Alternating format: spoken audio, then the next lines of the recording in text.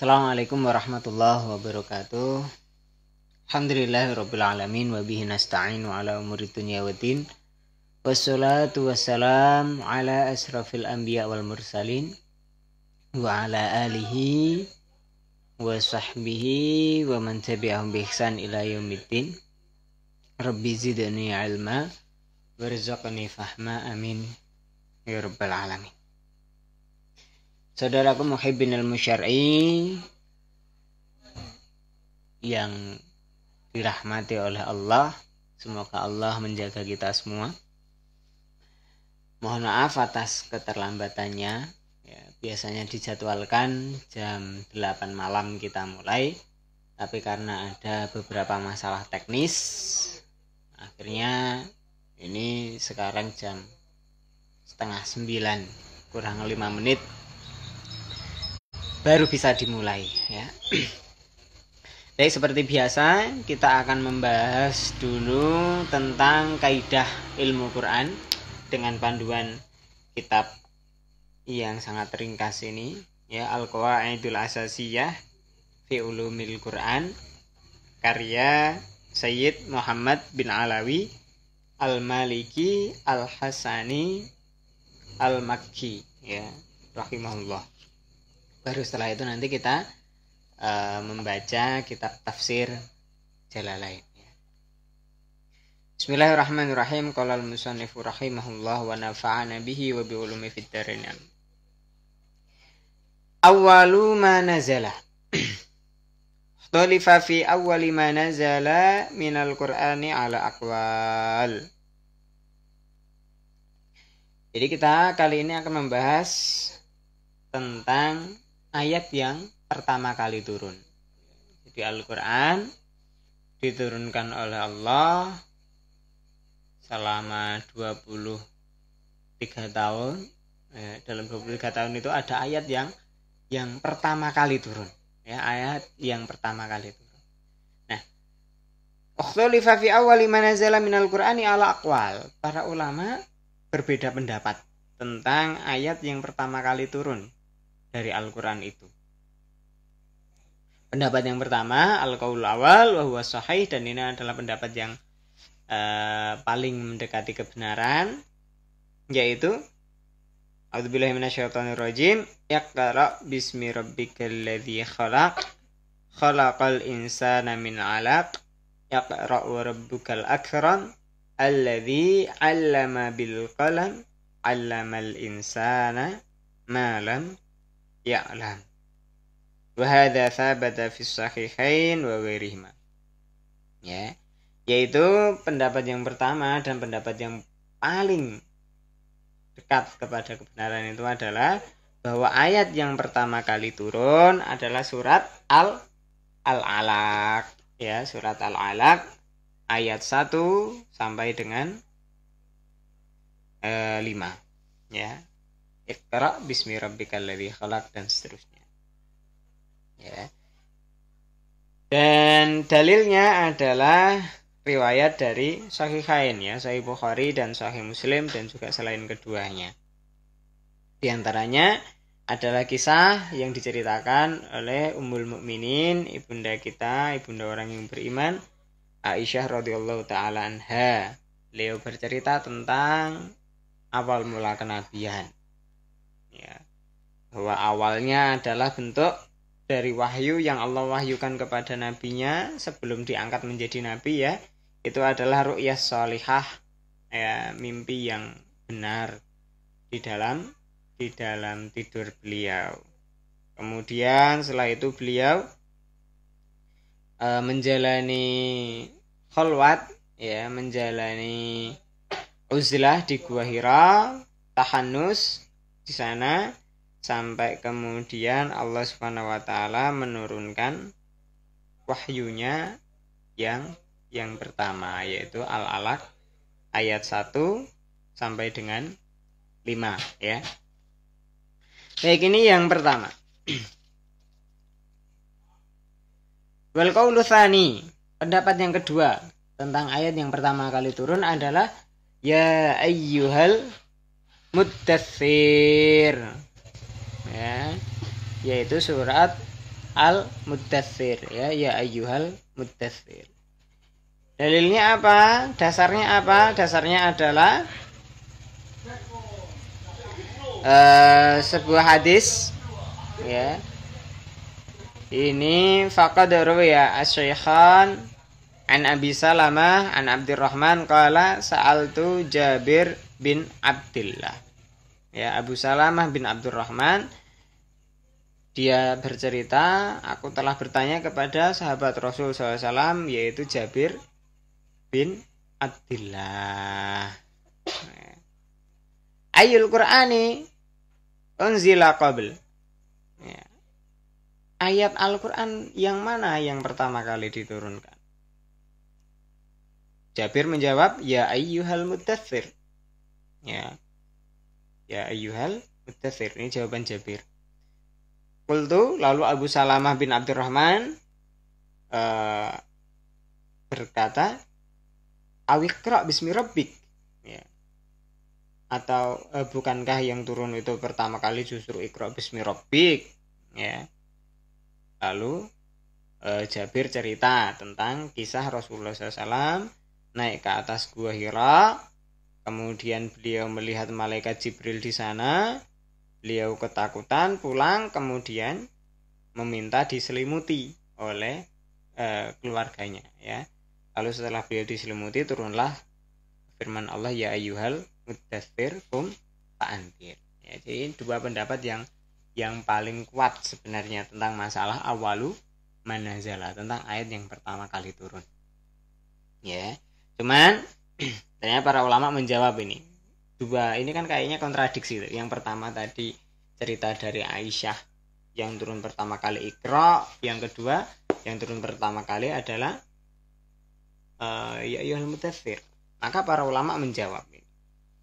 Ya, menjawab bahwa yang dimaksud awaliyah dalam hadis yang pertama dan yang kedua itu adalah berbeda. Ya, awaliyah di hadisnya Jabir, ya, ayat yang pertama kali turun itu maksudnya adalah ayat yang pertama kali turun dalam masalah al-amru bil indzar, ya, perintah untuk memberikan peringatan kepada manusia, gitu ya, berdakwah. Awalu manazala lir risalah, yaitu pengangkatan Nabi SAW sebagai rasul. Sedangkan yang diriwayatkan dalam kisah Aisyah adalah awalu manazala lin nubuwah, SK pengangkatan beliau menjadi seorang nabi. Ya. Mana yang lebih dulu antara nabi dan rasul? Nabi dulu. Setelah nabi baru kemudian rasul. Ya, apa bedanya nabi dengan rasul? Nabi diberi risalah tapi untuk dirinya sendiri. Ya. Sedangkan rasul untuk umat, ya, untuk umat. Kurang lebih begitulah simpelnya yang dijelaskan oleh para ulama. Jadi itu ya, pendapat yang pertama itu awal, yang paling awal pertama kali turun ya Iqra itu. Ya, Iqra bismi rabbikal ladzi khalaq, gitu ya. Cuman itu tadi awal ditambahi kalau ditabrakkan dengan yang kedua adalah itu awal untuk nubuwah. Sedangkan pendapat yang kedua itu juga awal, tapi awal untuk risalah. Ya ayyuhal muddatsir itu SK pengangkatan Rasulullah SAW, bahasa kita sekarang, menjadi seorang rasul. Ya. Sebelumnya belum jadi nabi, belum jadi rasul, diangkat menjadi nabi dengan Iqra, kemudian diangkat lagi menjadi rasul dengan ya ayyuhal muddatsir. Terus ulama juga ada yang menjawab nih. Ya namrud Jabir anna suratal muddatsir awalu suratin nuzilat kamilah. Ya, ada juga ulama yang menjawab yang dimaksud oleh Jabir bahwa surat yang pertama kali turun adalah surat Muddatsir, maksudnya adalah awalu suratin, ya, awal surat, awal yang pertama kali surat turun dalam bentuk yang kamilah, ya, yang sempurna, satu surat. Itu surat Muddatsir. Ya, ini jawaban ulama yang lain. Ya. Kemudian pendapat yang ketiga, ternyata masih ada pendapat yang ketiga. Al-qaulu tsalits annama awal manazala Al-Fatihah. Ya, pendapat yang ketiga adalah yang pertama kali turun surat Al-Fatihah. Pendapat yang keempat, al-qaulur rabi' anna awal manazala bismillahirrahmanirrahim. Ya, yang pertama kali turun adalah ayat bismillahirrahmanirrahim. Alhamdulillah dari 4 pendapat ini yang paling kuat adalah pendapat yang pertama. Setelah itu pendapat yang kedua dengan tambahan tadi itu adalah khusus risalah. Kemudian pendapat-pendapat yang lainnya ini bisa kok tetap kita terima, enggak kita tolak, jangan ditolak. Ini pendapat ulama juga gitu ya. Akan tetapi ditakwil, ya ditakwil dengan menambahkan min. Ya. Jadinya menjadi min awwali ma nazala, termasuk ayat yang pertama-tama kali turun. Ya. Kalau ayat yang pertama kali turun Iqra bismi rabbikal ladzi khalaq. Tapi termasuk ayat yang awal-awal turun. Ya, ada Iqra, ada Mudassir, ada Fatihah, ada Bismillahirrahmanirrahim. Ya, seperti itu. Wallahu ta'ala alam bissawab. Kita lanjut dengan tafsir ya. Bismillahirrahmanirrahim. Minggu lalu kita membahas Alhamdulillahi Rabbil Alamin. Ya, cuman sayang sekali live-nya itu tidak terekam dengan baik karena ada beberapa kendala ya, masalah sinyal minggu lalu itu. Saya ringkaskan lah ya. Alhamdulillah itu adalah bentuk pujian ya, pujian kita kepada Allah. Kenapa? Karena memang Allah adalah zat yang berhak, bahkan yang paling berhak untuk dipuji. Selain Allah, kalau kita memuji sesuatu selain Allah, itu kita enggak pada dasarnya pujian itu bukan untuk dirinya, tapi lebih kepada Allah juga ya. Indahnya dunia ini, jangan suka terkesima dengan indahnya dunia. Kita memuji, wah masya Allah, ini ada pemandangan yang indah ya, sejuk, menyegarkan dan lain sebagainya, kita puji. Tapi pujian itu sebenarnya tetap yang paling layak adalah Allah. Kenapa? Karena semua keindahan, semua kesempurnaan itu yang bikin adalah Allah Subhanahu wa taala. Ini. Lalu alhamdulillahi, segala puji hanyalah bagi Allah. Nah, Allah ini adalah alamun alal ma'budi bihaqqin, nama bagi zat yang paling hak untuk disembah secara benar. Ya. Allah adalah nama bagi zat ya, Tuhan yang berhak untuk diibadahi secara benar. Rabbil alamin yaitu zat yang menguasai seluruh alam ya, menguasai seluruh alam. Maksudnya apa ya? Ya menguasai seluruh makhluk ya, makhluk itu manusia, jin, malaikat, tumbuh-tumbuhan, binatang, itu semuanya disebut sebagai alam ya, alam. Lalu kita bahas kenapa manusia itu alam, kenapa jin disebut sebagai alam, kenapa kita itu suka mengatakan untuk meringkas semuanya ini kita katakan alam semesta. Alam itu sebenarnya apa sih? Alam itu dari bahasa Arab ya, yaitu alamah. Alamah itu artinya tanda, bendera atau tanda, alamah. Ya. Kenapa semua ini kita sebut alam? Karena ini semuanya adalah alamah, tanda. Tanda bagi apa? Alamatun ala mujidihi, yaitu tanda bahwa ada zat yang menciptakan ya. Maka orang yang bilang alam, kalau misal ada orang ateis kok bilang alam, orang yang tidak percaya Tuhan kok dia bilang alam, itu sudah keliru. Karena secara bahasa alam itu sendiri artinya adalah tanda bagi keberadaan Tuhan. Kalau dia mengucapkan alam kok dia tidak percaya kepada adanya Tuhan, eksistensi Tuhan, ya sudah keliru berarti sejak awal. Ya, itu sudah kita bahas minggu lalu. Sekarang kita lanjutkan. Ar-Rahmanir Rahim. Ya. Aidzir rahmah wa hiya iradatul khairi li ahlihi. Ya, Allah Subhanahu wa taala dalam surat Al-Fatihah ini mensifati dirinya dengan Ar-Rahman dan Ar-Rahim. Kalau kita ngecek di terjemahan Indonesia ya, yang Maha Pengasih lagi Maha Penyayang gitu ya. Apa bedanya kasih sama sayang itu? Bahasa Indonesia kan sama-sama saja. Tapi ternyata Ar-Rahman dan Ar-Rahim ini beda sekali. Ya, beda sekali. Ya. Walaupun intinya sama. Ar-Rahman dan Ar-Rahim itu dzir rahmah, yaitu zat yang memiliki rahmah. Ya, memiliki rahmah, memiliki kasih sayang, memiliki welas asih kepada makhluknya. Ya. Apa itu rahmah? Ya, Allah tadi memiliki rahmah. Rahmah itu apa? Iradatul khairi li ahlihi. Kehendak kebaikan, ya, kehendak menghendaki kebaikan bagi orang yang berhak atas kebaikan itu. Ini ya. Nah, cuman Ar-Rahman Ar-Rahim. Kita cerita Ar-Rahman Ar-Rahim ya. Ar-Rahman dan Ar-Rahim itu berbeda. Ar-Rahman lebih luas daripada Ar-Rahim ya, para ulama menjelaskan begitu. Nah, dari susunan katanya saja berbeda.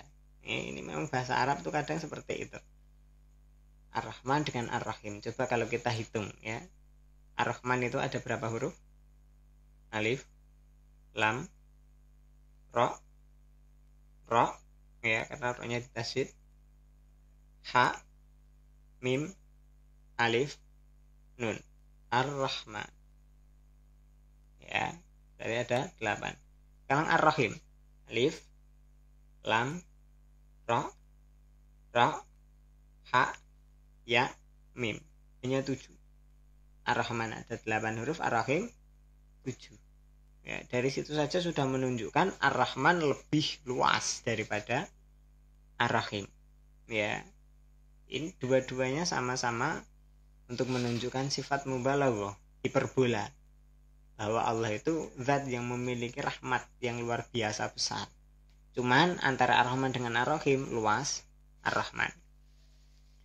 Maka para ulama melihat berbagai macam ayat, berbagai macam hadis, berbagai macam teks itu mensifati menerjemahkan Ar-Rahman itu adalah zat yang memiliki rahmat di dunia dan di akhirat. Ya, jadi kasih sayang Allah dunia akhirat disebut sebagai Ar-Rahman. Dari dunia sampai akhirat. Sedangkan Ar-Rahim ada zat yang memiliki rahmat di akhirat saja. Ya, jadi rahmatnya itu terkhusus untuk akhirat saja. Surga. Nah, seperti itu. Itu Ar-Rahim.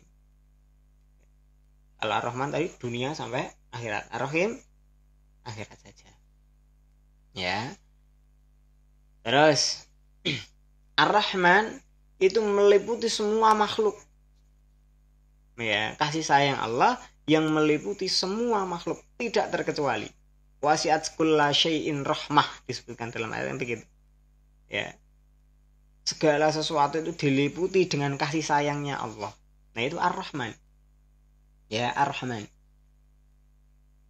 Sedangkan Ar-Rahim itu hanya bil mu'minina rahimah, hanya kepada orang yang beriman. Ya. Di dunia ini rahmatnya Allah itu untuk seluruh makhluk. Tapi di akhirat nanti Ar-Rahim itu khusus untuk orang yang beriman, orang yang memang Allah kehendaki, ya, dengan membawa keimanan. Jadi itu, ya, makanya dalam satu ayat kan Allah juga pernah berfirman itu, surat Toha, A'udzubillahi minasyaitonirrajim. Bismillahirrahmanirrahim. Ar-Rahmanu 'alal arsyistawa. Ar-Rahman ya istiwa di atas arsy. Ya. Saya nggak mau bahas perselisihan masalah itu, masalah istiwa dan lain sebagainya ya. Mungkin ada waktunya nanti besok insya Allah kita akan mengadakan pembacaan kitab khusus membahas itu, kitab akidah. Sekarang kita khusus membahas Rahman ini dulu. Ar-Rahmanu 'alal arsyistawa. Ar-Rahman yang dia beristiwa di atas arsy, dia yang istiwa di atas arsy, kan gitu arti terjemah bebasnya lah. Kenapa Allah pakai nama Ar-Rahman? Ya, sekarang perhatikan. Ar-Rahmanu 'alal arsyistawa. Arsy itu adalah makhluk Allah yang paling besar. Ini kita punya bumi dengan 7 lapis. Bumi itu di atasnya ada langit yang juga 7 lapis. Jarak antara satu langit dengan langit yang kedua dengan yang ketiga itu sangat jauh sekali. Ya, sangat jauh sekali. Sangat luar biasa luas. Itu masih kecil ya dibandingkan arsy. Ya, arsy makhluk Allah yang paling besar. Yang paling besar. Jadi kita semua ini ada di bawah arsy. Langit 7 lapis, bumi 7 lapis itu semuanya ada di bawah arsy.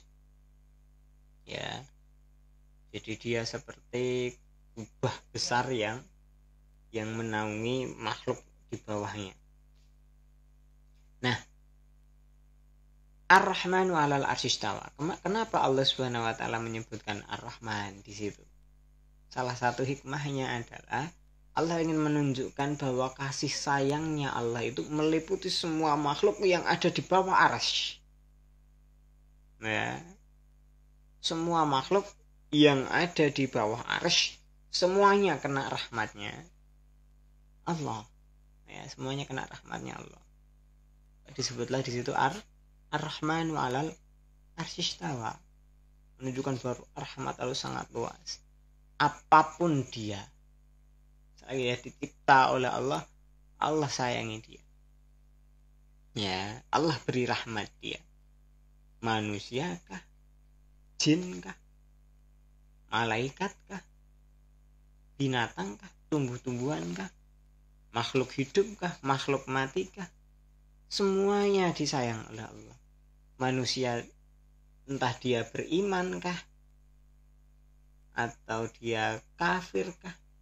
Ahli taat atau ahli maksiat, semuanya itu tercakup dalam kasih sayang Allah. Ar-Rahmanu 'alal arsyistawa. Ya, jadi ini Ar-Rahman ini. Ar-Rahman ya. Kasih sayangnya sangat luar biasa. Semua dikasih sayangnya oleh Allah. Apa buktinya kalau Allah sayang kepada semua makhluk? Nyatanya sampai saat ini kita itu masih bisa hidup di dunia ini. Tak peduli amal kita seperti apa. Coba kalau misal kita bayangkan amal kita lebih banyak durhakanya kepada Allah ataukah tidak. Kita muhasabah. Mungkin kita sudah layak untuk dibinasakan oleh Allah sejak dulu. Karena ternyata amal kita ini banyak durhakanya dibandingkan tidak. Ya. Banyak kufurnya dibanding syukurnya. Tapi nyatanya kita masih bisa hidup. Rahmat Allah meliputi segala sesuatu. Bahkan binatang yang menurut kita tidak punya akal seperti manusia, mereka pun punya rasa kasih sayang kepada anaknya. Ya, induk ayam akan melindungi anak ayam. Betapa kali kita pernah dikejar-kejar atau mungkin mau dipatuk sama induk ayam gara-gara kita mengganggu anaknya. Itu kenapa? Karena rahmat Allah. Ya, karena rahmat Allah sampai binatang seperti ayam pun bisa punya rasa kasih sayang kepada anaknya. Luar biasa. Ini Ar-Rahman. Dan Ar-Rahim, ada kasih sayang Allah untuk orang beriman. Itu nanti di akhirat mereka akan diselamatkan. Ya, semoga kita termasuk golongan orang-orang yang dikehendaki oleh Allah mendapatkan kasih sayangnya yang khusus. Ya, Ar-Rahim. Diselamatkan oleh Allah dari azab akhirat. Amin. Terus selanjutnya Maliki Yaumiddin. Ya, ini sifat Allah lagi adalah zat yang Maliki Yaumiddin. Maliki Yaumiddin, yaitu yang meratui, yang merajai hari pembalasan. Ya, Yaumiddin oleh para ulama ditafsirkan al-jaza, yaitu hari pembalasan. Apa itu hari pembalasan? Wa huwa yaumul qiyamah. Ya, yaitu adalah hari kiamat. Hari pembalasan adalah hari kiamat, dimulai dari hancurnya alam semesta. Ya, hancurnya alam semesta. Kemudian nanti manusia dibangkitkan di padang mahsyar. Kemudian dihitung, dihisap amalnya. Kemudian ditimbang di mizan, kemudian disirat, ya, melewati sirat, kemudian berakhir di imma jannah au nar, ya, bisa masuk surga, bisa masuk neraka. Ya, ini Yaumiddin, hari pembalasan. Ya, itu adalah hari kiamat. Ya. Kenapa Allah Subhanahu wa taala menyebutkan Maliki Yaumiddin secara khusus? Ya, bahwa Allah adalah yang menguasai, yang merajai hari pembalasan. Bukankah Allah itu juga merajai dunia ini? Bukan hanya merajai akhirat. Bukankah Allah merajai semua hari sejak dulu sebelum hari itu dicipta, kemudian Allah ciptakan hari, Allah ciptakan waktu, Allah ciptakan ruang, sampai akhirnya nanti Allah akan kukuti, Allah akan habisi. Ya, bukankah Allah kuasa? Bukankah Allah menguasai itu semua? Ya, Allah menguasai akhirat, Allah pun menguasai dunia. Tapi kenapa Allah hanya menyebutkan Malik Yaumiddin, zat yang menguasai hari pembalasan? Ya, dijelaskan wa khussa bidzikri li'annahu la malika zahiran fihi li ahadin illallah ta'ala.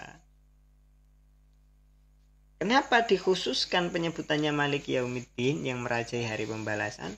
Karena kalau di dunia, ya, sekalipun Allah memang yang paling berkuasa, di dunia itu masih banyak raja-raja yang mengklaim atas kekuasaannya. Masih banyak sultan-sultan yang mengklaim atas kesultanannya. Ya, masih banyak penguasa-penguasa di dunia ini, ya, orang-orang yang mengklaim kekuasaannya. Ya, walaupun semuanya itu ada di bawah kekuasaan Allah. Sultan itu berkuasa, sekuasa apapun sultan itu, dia di bawah kekuasaannya Allah. Ubun-ubunnya itu di bawah kekuasaannya Allah. Allah cabut mati dia, kan gitu. Ya. Beda kaitannya dengan akhirat. Lah makalah di sini disebutkan secara khusus akhirat. Kenapa?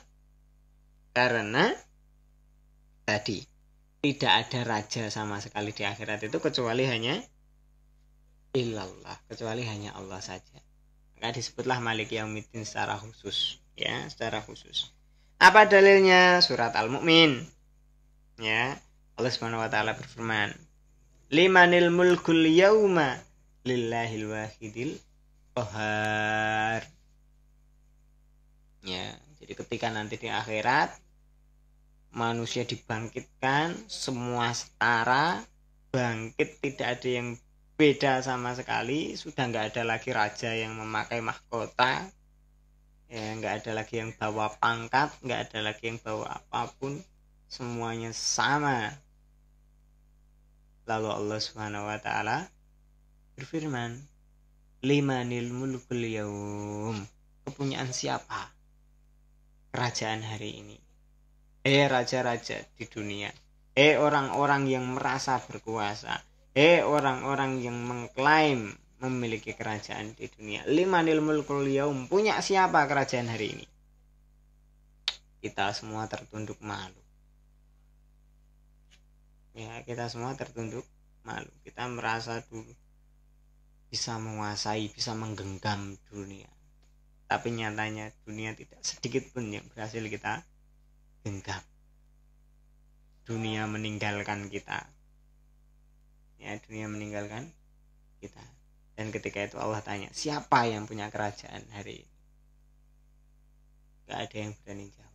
Jawabannya jelas sekali. Lillah, punyaan Allah. Al-Wahid, yang Maha Esa. Al-Qahar, ya, memaksa, mengalahkan. Ini loh. Ya. Ini kenapa Allah disifati dengan Maliki Yaumiddin. Ya, kenapa dikhususkan Yaumiddin di situ? Ya, karena di akhirat nanti di Yaumiddin itu sudah tidak ada Malik lagi, tidak ada orang yang berani mengklaim kerajaan lagi kecuali hanyalah Allah Subhanahu wa taala, raja di raja, sang raja yang sesungguhnya, maharaja, ya. Nah, wa man qara'a Malik fa ma'nahu malikul amri kullah. Malikul amri kullihi fi yaumil qiyamah. Ay wa mausufun bidzalika daiman ka ghafiriz dzambi fasahahu sifatun lima'rifati. Jadi ada juga yang membaca bukan Maliki Yaumiddin.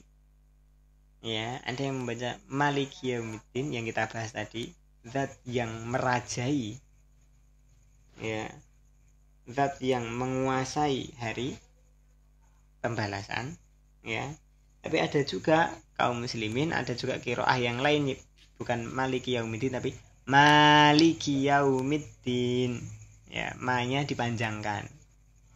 Kalau Maliki Yaumiddin adalah zat yang merajai hari pembalasan, kalau Maliki Yaumiddin artinya adalah zat yang memiliki, ya, zat yang memiliki segala urusan di hari pembalasan.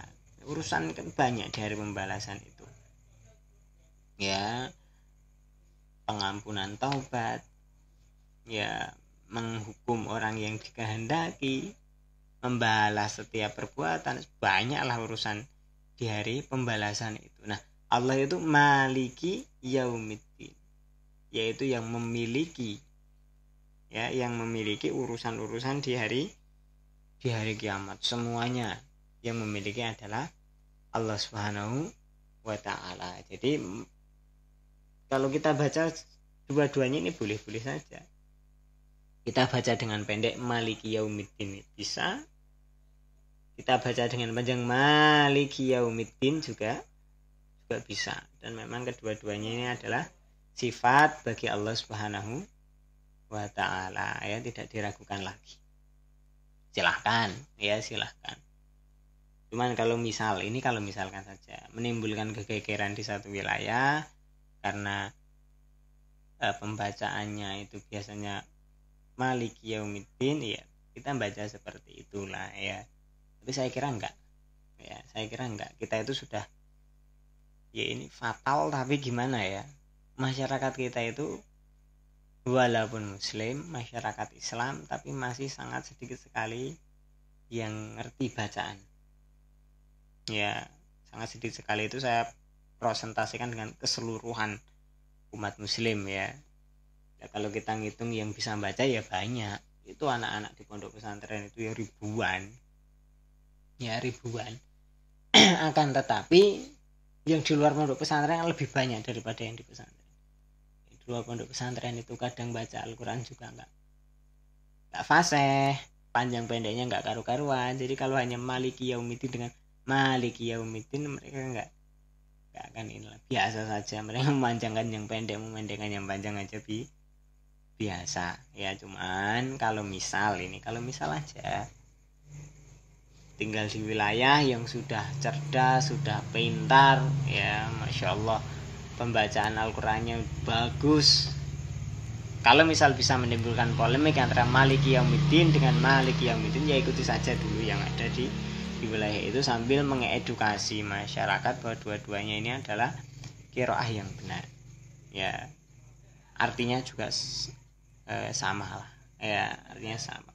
Maliki Yaumiddin yang merajai, kalau Maliki Yaumiddin yang memiliki urusan ya, hampir sama, mirip-mirip ya.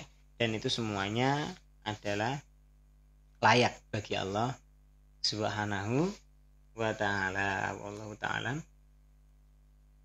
bimuradi ya. Ini yang bisa kita bahas pada kesempatan malam hari ini ya, jam 9 untuk saat ini.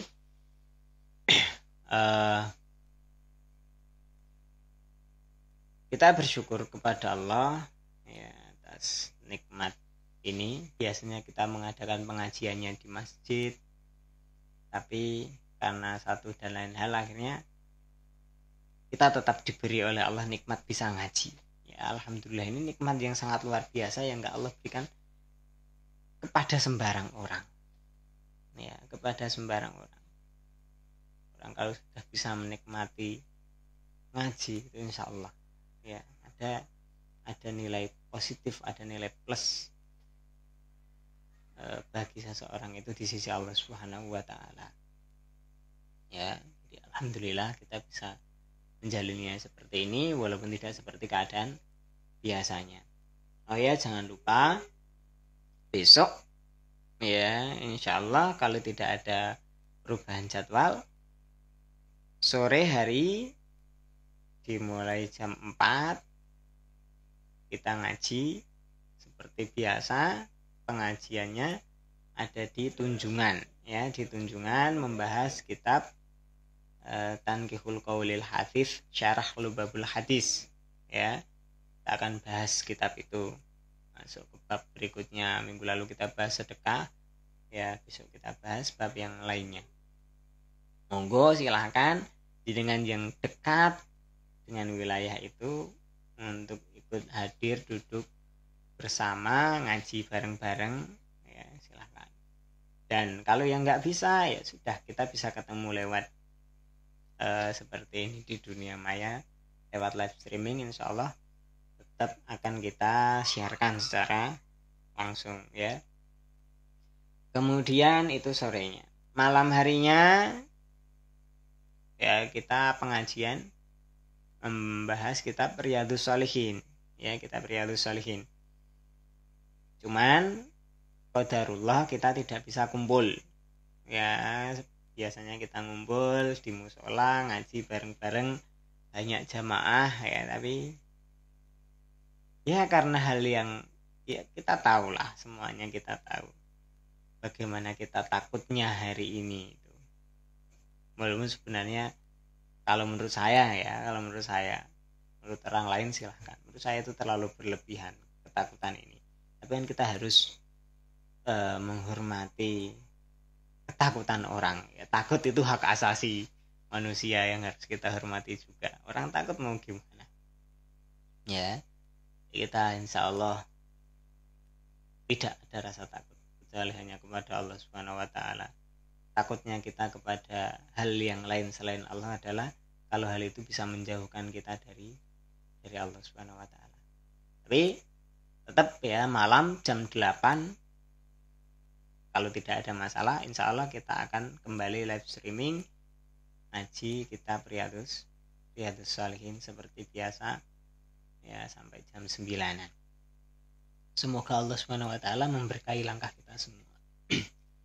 Dan insya Allah akan ada kabar gembira juga di bulan-bulan ini ya. Ini kan bulan Sya'ban, bentar lagi akan masuk bulan Ramadan ya. Sebelum masuk bulan Ramadan, saya usahakan pekan-pekan ini akan segera diupdate untuk kajian yang terbaru, pembacaan kitab ya. Nah, ini Jawahirul Kalamiyah fi Idhohil Aqidatil Islamiyah ya, karya Syekh Thohir bin Sholeh Al-Jazairi. Kitab ini membahas tentang masalah akidah, ya, akidah. Tipis sekali, ya, tipis sekali, dan tetapi isinya sangat padat, penuh dengan ilmu, ya, yang kita butuhkan agar kita itu bisa berakidah, bisa beriman dengan benar kepada Allah Subhanahu wa Ta'ala. Insya Allah kalau Allah beri izin kesempatan besok, ya, pantengin saja di status saya, akan saya update apa isi dari buku ini, ya, apa isi dari kitab yang ringkas dan penuh berkah ini, apa saja yang dibahas, ya, agar kita semakin bersemangat untuk mempelajarinya. Semoga semuanya dimudahkan oleh Allah, kita dijaga oleh Allah.